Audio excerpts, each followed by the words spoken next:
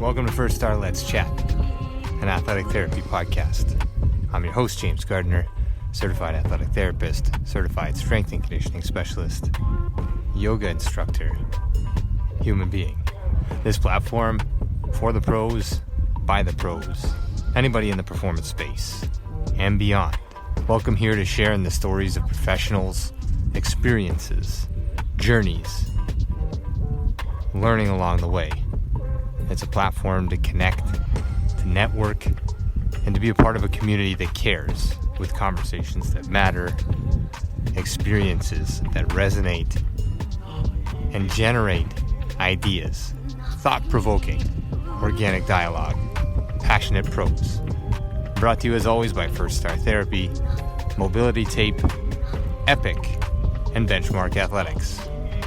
In association with the Canadian Athletic Therapists Association. It's First Star Let's Chat, an athletic therapy podcast. Thanks for being here. Thank you for being a part of it.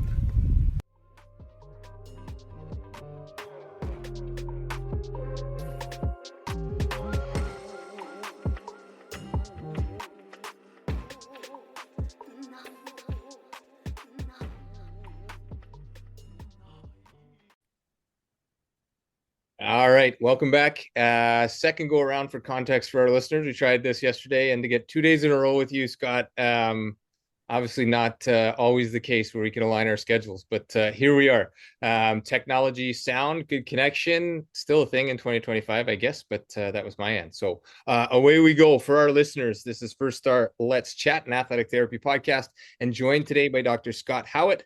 He holds an honors degree in physical education from the University of Western Ontario and a master's degree in human health and nutritional sciences from the University of Guelph. He graduated from the Canadian Memorial Chiropractic College and completed a postgraduate residency in sports sciences and a postgraduate program in rehabilitative sciences. Dr. Howitt has a special interest in exercise and concussion. He's a professor in clinical education at CMCC and has a research program in sports injury management.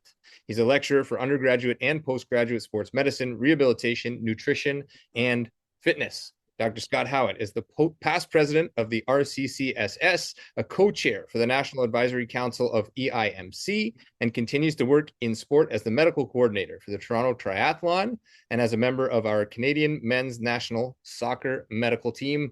Dr. Scott Howitt, appreciate your time. As always, man, nice to see you. James, good to see you again. It's funny because as you mentioned, we tried to do this yesterday, and to be fair, we probably tried to do this a few times since the last time we recorded one of these things, and we could have probably recorded any number of phone calls of one of us either going north or going south on the DVP over the last year. That probably also could have fit this little hole that you had in your calendar. So. Happy to be here. And yours, as mentioned, in the preamble offline here, getting ready to go away again with the national program here shortly. So really appreciate your time. Our audience always appreciates your time. And again, we could have recorded phone calls or whenever we get together and talk on things, I think, because that's where the idea for this and the idea behind this conversation is collaborative rehab. And, the title of the podcast being an athletic therapy podcast, one of the things that I feel as an athletic therapist is the necessity to collaborate, to work with other people, to learn from other people, and in alignment with, where we're going with rehab or treatment or how treatment blends with training, so on and so forth. And what better resource than yourself? I'm lucky enough to call you a colleague first and foremost, I guess, but even more so, a friend and somebody that I depend on, rely upon, and trust fully with sort of the back and forth on rehabs that either we're working on together or just to pick your brain when I'm stumped. And I think in our space, humility matters and collaborative approaches to things where I certainly don't have all the answers. So when I can turn to somebody like you for conversation, dialogue, direction, all of the above, always appreciated. So we don't have much of a focal plan of what we're going to talk about other than collaboration. What does it mean? How does it work? And we'll dive in whatever rabbit holes we go down today. Yeah, I mean, that's I think in all the different sort of sidebar conversations we've been having, James, it's us trying to think of how we might put this into actually a conversation that could be useful for other people that could be listening here. Um, Everyone has different environments that they're in, and you know, gone are the days where it was like one practitioner of one discipline in a clinic. I look around now and I just think of the difference. When I graduated school and started a clinic in 2003 with some of my colleagues and Jason Padzikowski and Colin Barenhout, and the three of us said, we're going to start this multidisciplinary clinic. There was like one athlete's care in Toronto, Right. and that was it. And then everybody else had sort of like more siloed individual clinics. I look out there right now, and kind of every clinic is like that. And I think it's way better for the patient, but it's way better for like everyone, collegially contributing, thinking, trying to advance, this thing we call sports healthcare or whatever it is that we want to label, we want to put on it. But it's fun working in environments with a physiotherapist you trust, and an athletic therapist you trust, and a chiro you trust, and a sport MD that can like weigh in and help, get some of the other things accomplished, whether it be imaging or pharmaceuticals or whatever. But and then marrying that with like a gym or some sort of space to be able to move and to rehabilitate and to strengthen. That's kind of where we're at. And I think most of us that are into this call have spaces that we might be able to use that. And James, we've even evolved even beyond that in that we're trying to work with people that are going to go to more than one place. So, I mean, part of what this conversation was about was how I'm seeing a guy a couple days a week. You're seeing the same guy a couple days a week in totally different locations. And we're still collaborating and we're still having fun, sort of like looking at that from not only an up close and personal, point of view, but taking a step back and like contributing to each other's thought process and plan. Yeah, no, I think this is the way where a lot of things can happen in-house, and even when you have multiple practitioners or a multidisciplinary clinic, sometimes we still kind of two ships passing in the night. The direction can be a little bit different. Conversations are sometimes hard to navigate if there's ego in the room, and so again, for our audience who may not know you on a personal level or even as a practitioner to this point, it's like for me the ego is fully removed when I call you, and it's like, what do you see? What do I see? What are the anecdotal pieces as much as the science behind things? What are the movement pieces that we need to tinker with? What kind of drills can we supplement or complement each other off of when they're in the pool with you on one day and then they're in the gym off the floor with me on another day? And I use gym and sort of, I guess, treatment interchangeably, in my space where we're not on the table a ton unless, it's necessitated. There's a ton of movement in all those things. And the piece that I always pick up from you is when you're in a room, it's not about time, it's not about money, it's not about you being right. It's literally about best care and the best approach for the athlete. In our case, we collaborate on athletes who do this for a living, and we do this for a living in their corner, and it's for them. It's not for me. It's not for you. And I think that piece is um, underrated as a quality of a practitioner, and at the same time take so much away from our discussions when you tell me about the best part of your whatever day trip to wherever in the world is when you get to sit down with other practitioners and really drill down to what do we need to do? Are we doing too much? Are we doing too little? And how do we go about that? So like this collaborative approach on athlete care, on human care, on health in general is it's easy to say that we do it because you're seeing multiple people. It may be a little tougher to actually integrate fluidly. And I think where not to toot our own, my own, your horn, but like where we've come together on the last few cases is that ability to be in two different physical places and still have the athlete feel like we're connected and we're moving in the same direction. So I don't know if that's a fair capture, but take that wherever you want to go from your side. Yeah, I mean, I think you captured that quite well, James, but the value, or I don't know if maybe value is the right word, but one of the advantages to having two potential locations, particularly in the GTA, is that it's not uncommon to have to travel like an hour to get somewhere, right? And so to do that every single day is kind of not ideal. Um, so if one of the places is a little bit shorter to get to or a little bit easier to get to, um, I don't know, that just seems to help, make the whole thing go a little bit easier. But it makes it that we don't have to have the same equipment also. Like it makes it that it's we could take advantage of the facilities or the equipment that we do have. And I think you mentioned like pool there. Like my place downtown, I have a pool. Well, I'm using that every day with a rehabbing athlete.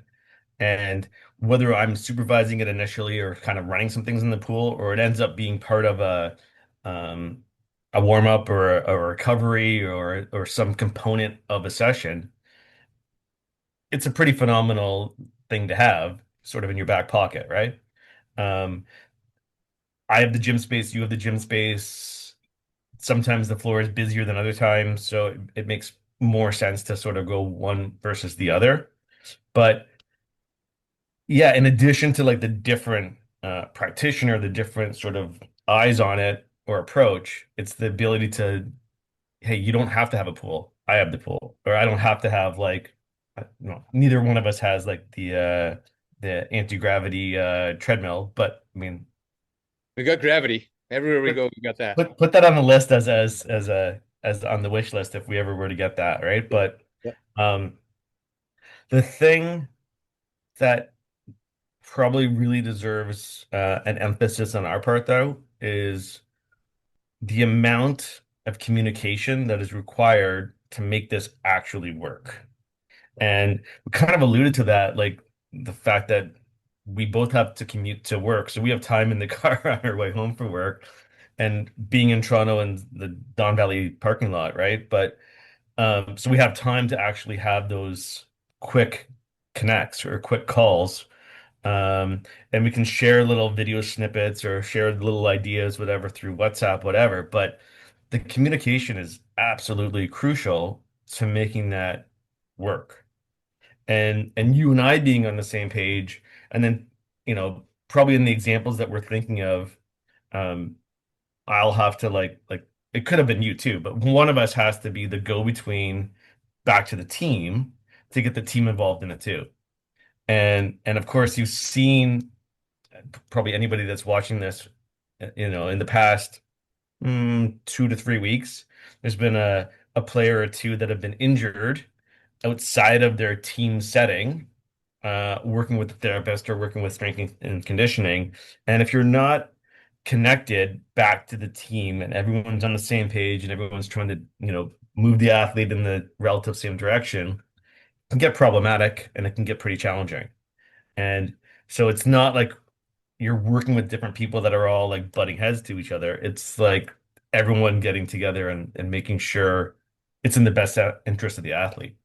Yeah, there's a number of rabbit holes to go down there, and I think for our audience and knowing who's listening, we have some pretty steady, younger practitioners that are just coming out of school, or they're just in school, or they're trying to figure out which way they want to go, or who do they want to work with, or do they want to work with a team setting or a clinical setting. I think we keep touching on, resources where you have a facility, I have a facility, but we also have the resources of the other people, and so the connection back to the team is certainly a resource that is necessitated if you're working with athletes, even if you're there the day to day with that team on their club team or their NHL roster, OHL roster.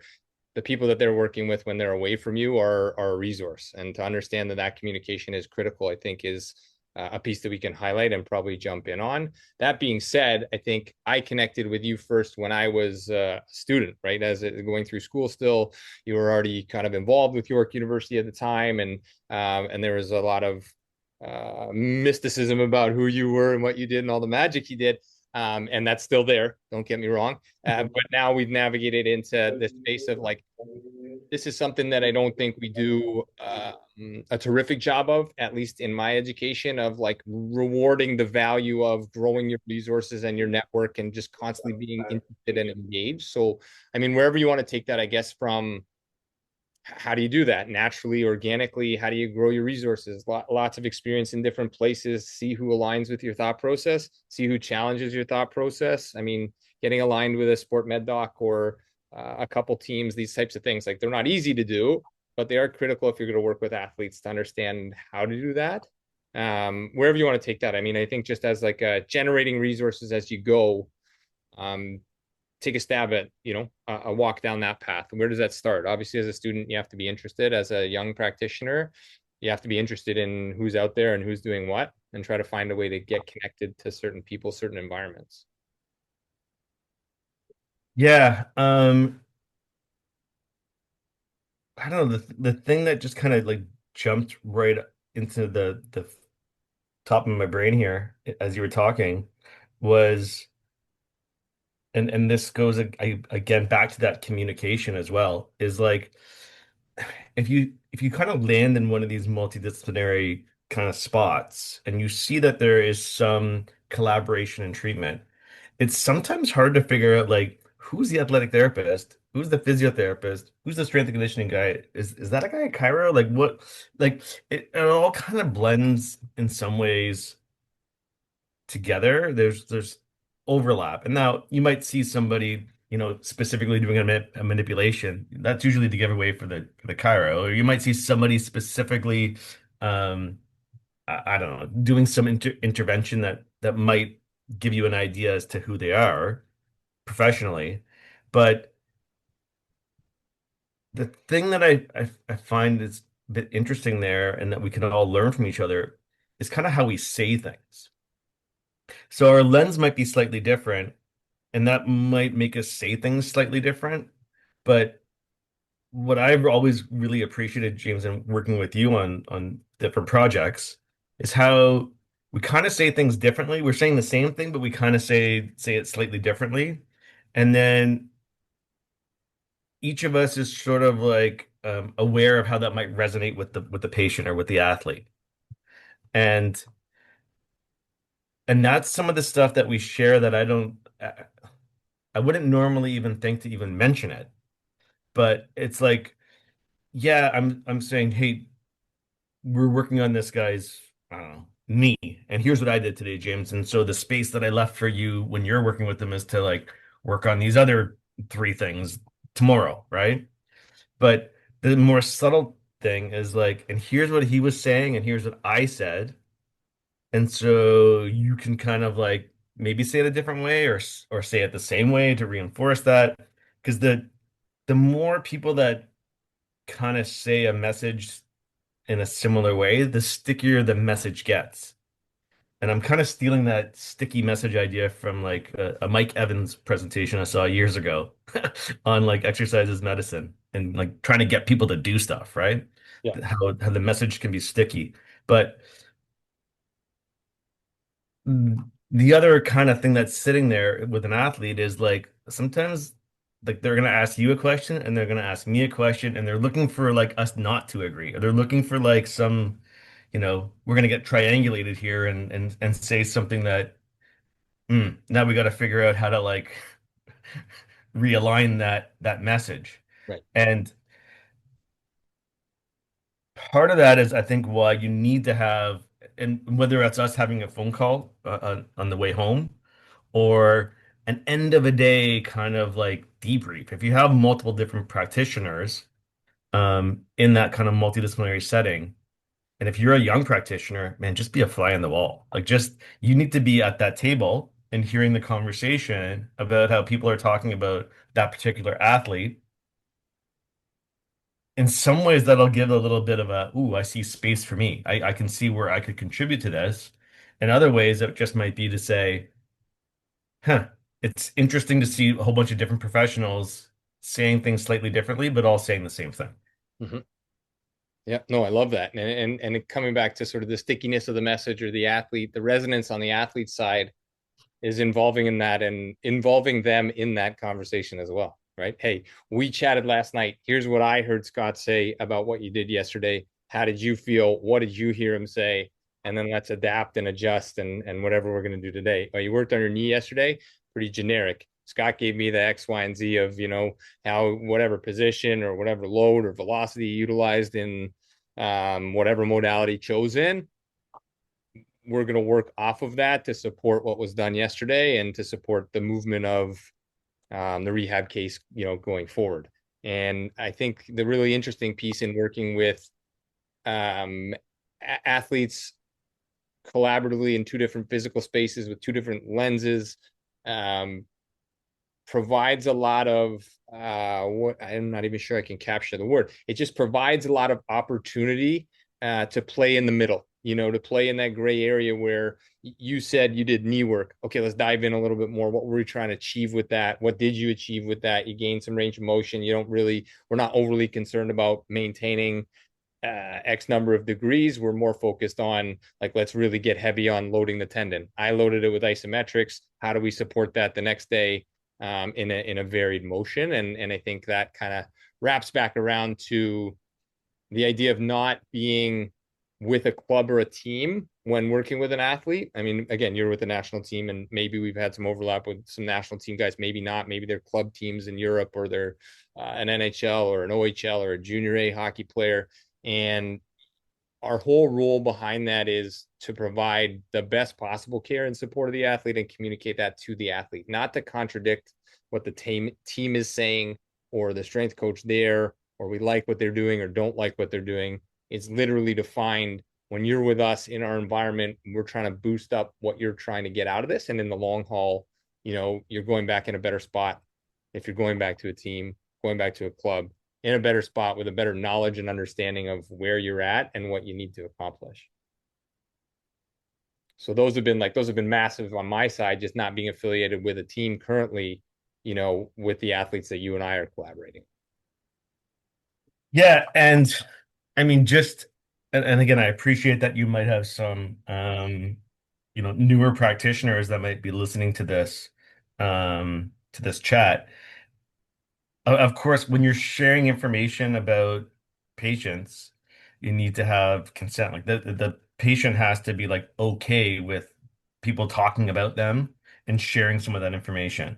So what I've found, and I think James, you'll agree on this, is the athletes that we're talking about, they love it that we're talking about them. Like they kind of want to know, "Like, what did James say?" Or like they really appreciate that there's more than one person thinking about what's going on with them and spending some time on that. And in addition to like,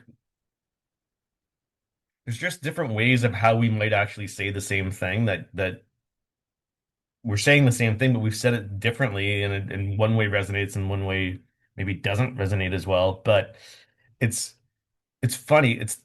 I don't think it's an uncommon thing where we might pull different information for whatever reason, just how the conversation was going, or the banter in the gym, or the banter of the guys on the table. Something comes up, and you pull a little piece of information, and in your normal history or your normal workup, it didn't come out that way. And then just in some sidebar conversation, the guy mentioned something, and you're like, "Oh my God."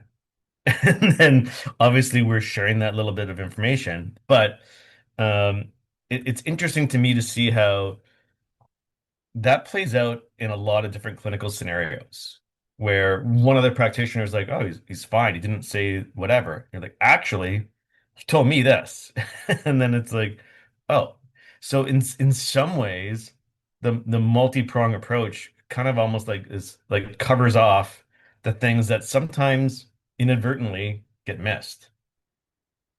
Yep. No, and I love that. And different days are different days for every human as well, right? So an athlete may have a good day when he or she's coming to see you, and then when they come to see me, not such a good day. So like, how are we going to pull at the thread of getting something out of the day, right? And so we're relaying really good day, outlook, approach to the workload on the athlete side as well as sort of our side. What were we able to accomplish what we did? And again, that comes back around to finding the time outside of clinical or training time, gym time, whatever we're going to call it, um, to connect those dots again. And yeah, for all that's terrible about the DVP, this is one of the wins for that commute up and down, north and south from this city or within this city or through this city, wherever we're talking about. But those pieces matter, and that connection piece, hopefully, and maybe be a nice way to go about it is pulling an athlete in, but like getting their opinion on it.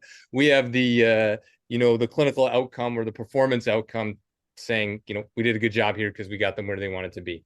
I think every athlete appreciates when they get a little bit further ahead and they have a better understanding of who's in their corner and what they can get and pull from themselves. And I think that's the piece as well. It's like, again, maybe it's different rabbit hole, same channel, different channel, but educating the athlete along the way of what they're doing and why they're doing it and how they can go about it. Again, maybe not collaborative, maybe it is communication that we're actually talking about at the end of the day to support that athlete.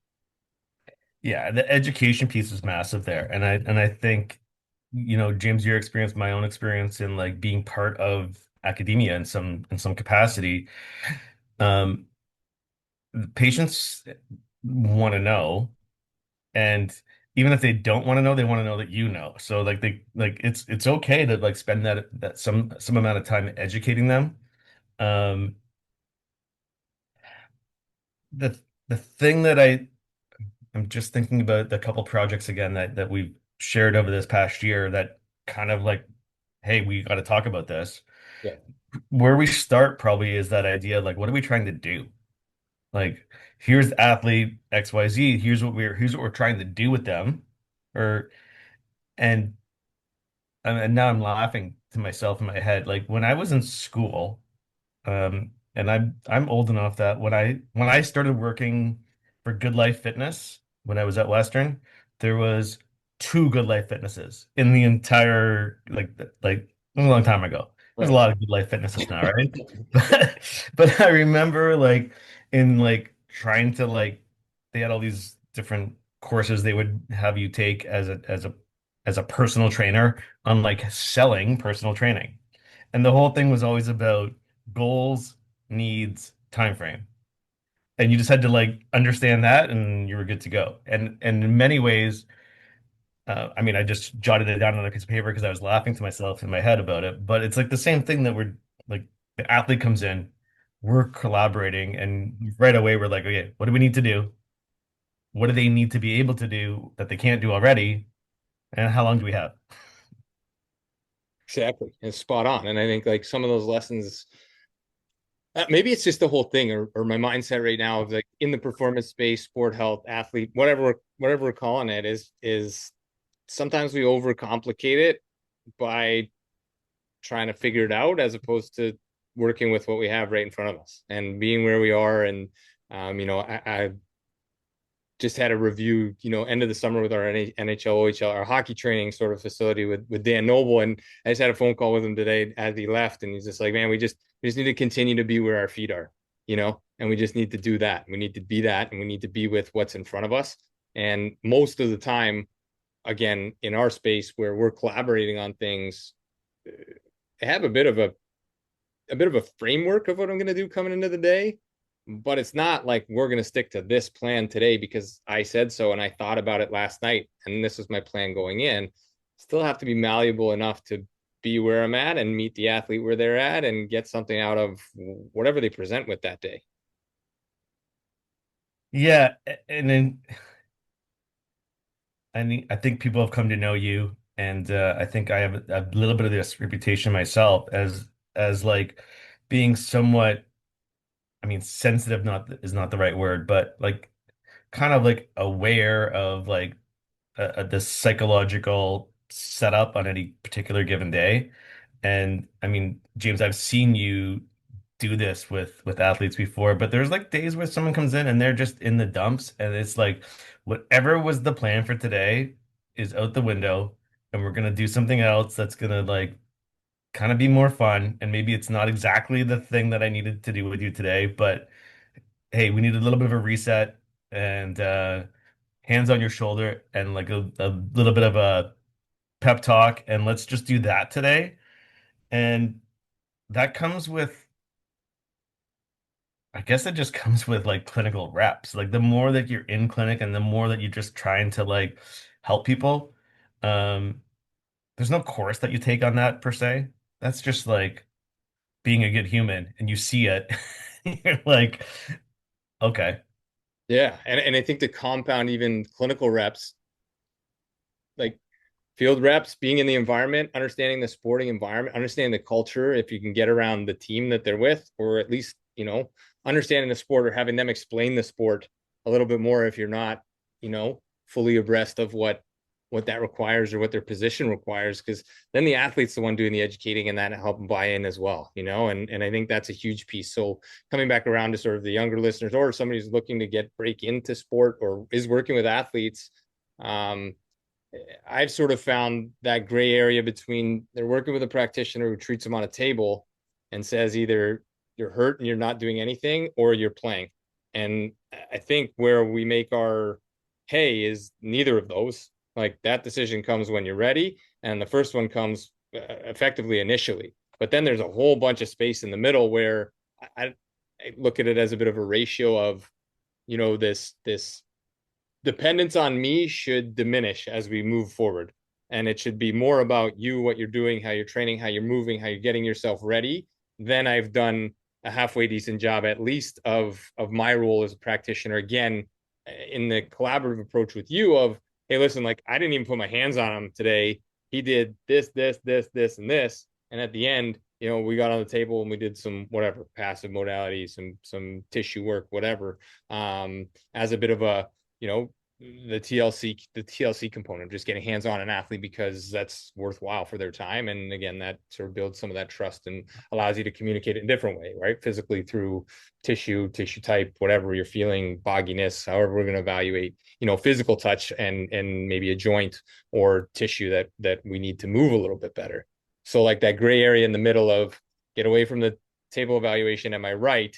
And get away from you're ready because I said so. It's all of that play in the middle that's like, I mean, I'm probably maybe people can hear my voice. Like I get giddy about just sort of exploring that middle portion and being really great at interpreting like what do you need to do? Tell me what you need to do as you just said, and then let's figure out how to do that. That's not deadlift because that's the movement you like nobody deadlifts except for deadlifters. So like how do we utilize a deadlift, change a foot position, change a hand position, change what's in your hand, change where your eyes are, your head position, whatever we need to do to not call it an exercise, but do what you need.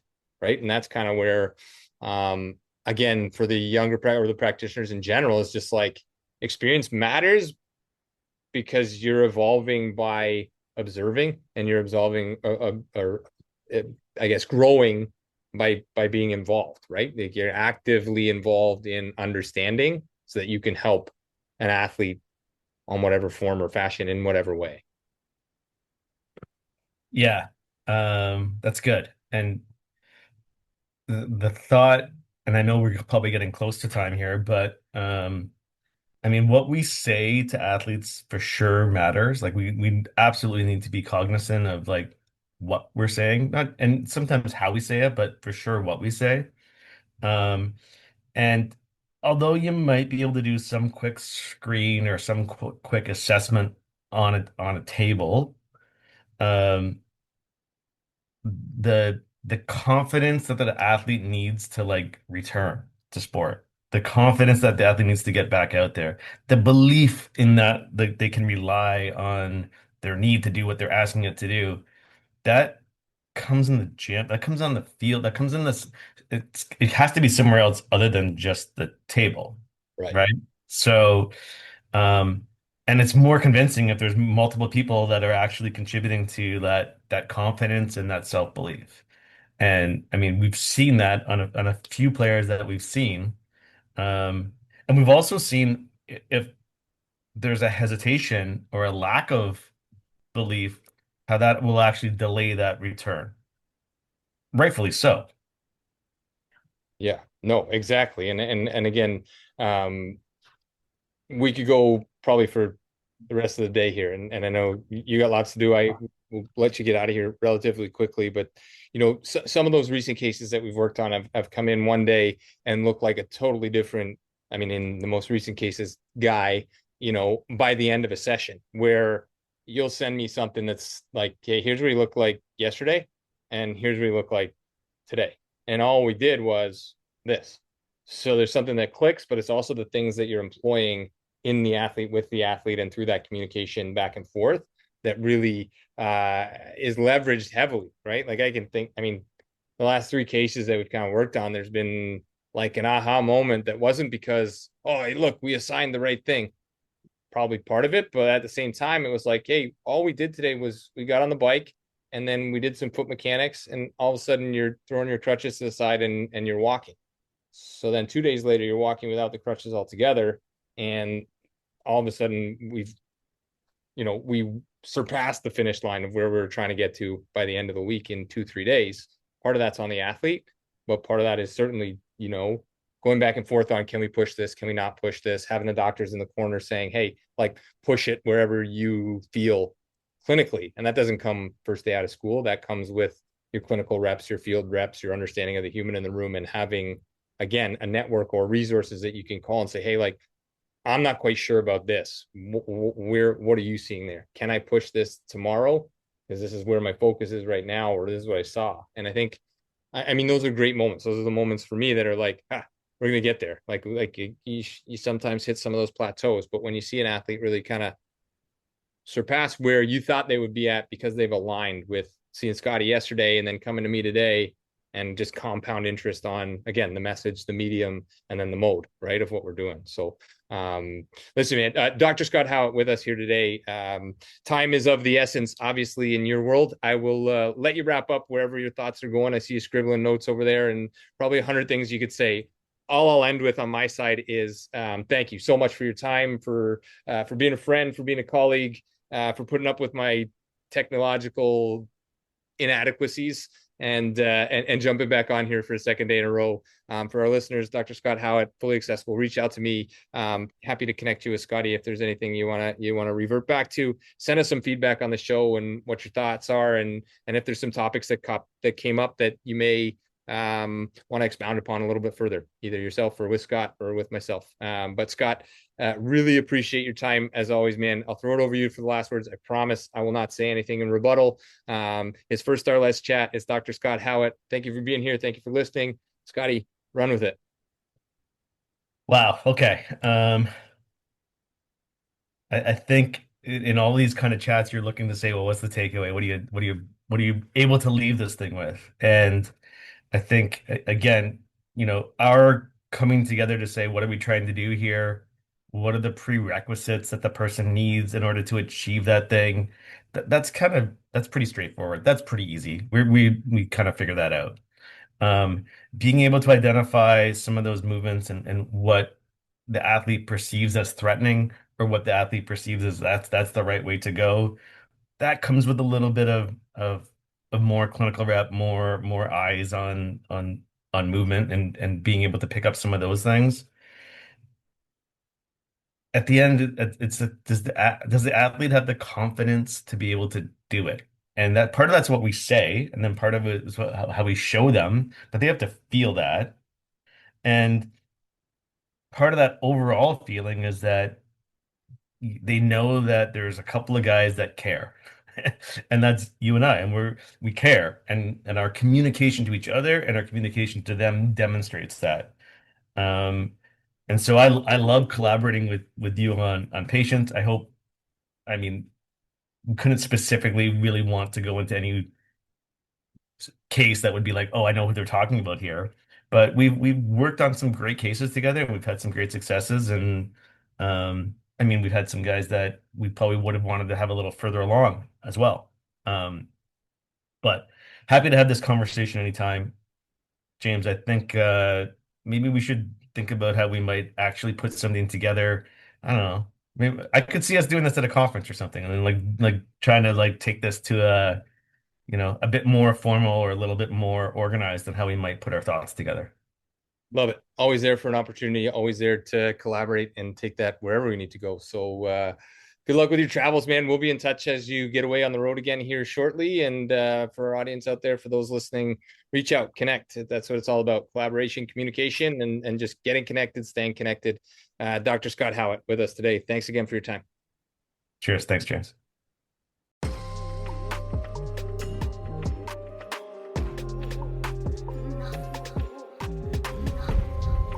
Thanks again for being here. Thanks for listening. Thanks for being a part of this community. Check us out online, firststartherapy.com. That's FIRSTAR therapy.com. Or email us with feedback, consult@firststartherapy.com. CONSULT@firststartherapy.com. On Instagram @firststar.therapy, and our podcast host @letschat.at. This is First Star Let's Chat, an athletic therapy podcast.